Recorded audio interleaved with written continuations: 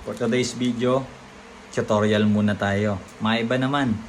Tuturo ko sa inyo paano magtanggal ng hose regulator sa tangke papunta dun sa ating kalan at paano din magkabit ng safe.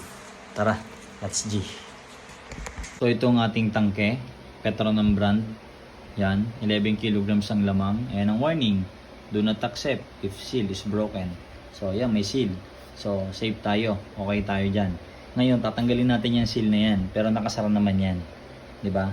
Pag tanggal yan, hindi yan sisingaw pa. Tapos, ngayon, lalagay natin tong regulator na to. Mumuray lang tong regulator na to. Mostly, tatlong gamit ito. 3 months to 6 months. Sisira na daw to. Pero, bago pa kasi to eh.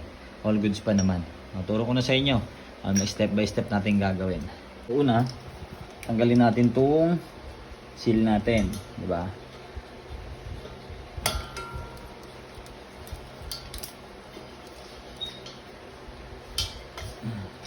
Tanggal na. Pag tanggal ng seal natin, yan natin yan. Dapat ganyan nakaharap yan ha. Nakatalikod. Pero pakita ko sa inyo. Yan. Tapos, itong regulator natin. Ito, yung parang gauge. Dito nakikita kung puno pa ba. Yun, 0 to 4. Pag 4 yan, sagad yan. Diba? So, pag oily na to, ugaliin natin, pupunasan natin yan.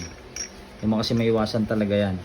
Kung na nagluluto tayo, nagpiprito tayo, kakaroon ng mga oil yan. Talsik-talsik ba? So, para safe, o para maganda, maayos, malinis, linisin mo muna. Pati ito, yan. Yan, may goma yan. So, yan. Diba, pasok mo na yan. Pagpasok mo na yan, pantay mo to. Kailangan, yan. Level, tas nakikita mo. Pantay siya, diretso. Hindi tabingi, hindi ganon. Ganyan mo. Tapos, pag napashoot na yun doon, ang ikot niyan, para mag-lock, counterclockwise. Yung kontra, yung relo, pabaliktad ang ikot. Ganun yan.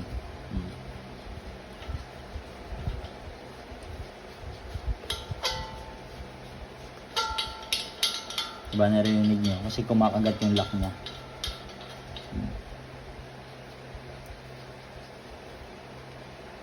Higpitan nyo lang, tansyahin nyo. Huwag naman yung parang galit na galit ka na sa sobrang higpit. Basta dapat mahigpit, yung alam mong walang singaw. Hindi maglilig. Kasi ito, gagalawin mo rin yan. Pag nagalaw pa yan, ibig sabihin, kailangan mo pa siyang ilak. Yan. Pag di na gumagalaw yan, okay na. Yung iba hindi pinapansin yan, pero malaking bagay yan. Baka mamaya magkaroon ng singaw. Diba? Okay na tayo dyan. Ngayon, titesting mo na to ngayon kung may singaw. Pagbukas mo, pagbukas naman ito, counterclockwise uli. Ayan na. Yun, nakasagad na, di ba? Ibig sabihin puno. Ako, ginagawa ko naman dyan para safe, ang inaamoy ko. Walang amoy, so ibig sabihin, all goods tayo. Ito testing naman natin kung dadaloy ang gas, kung walang problema. Una, buksan. Nakabukas na, sagad, magtodo. Tapos, tingnan natin. Yun, success.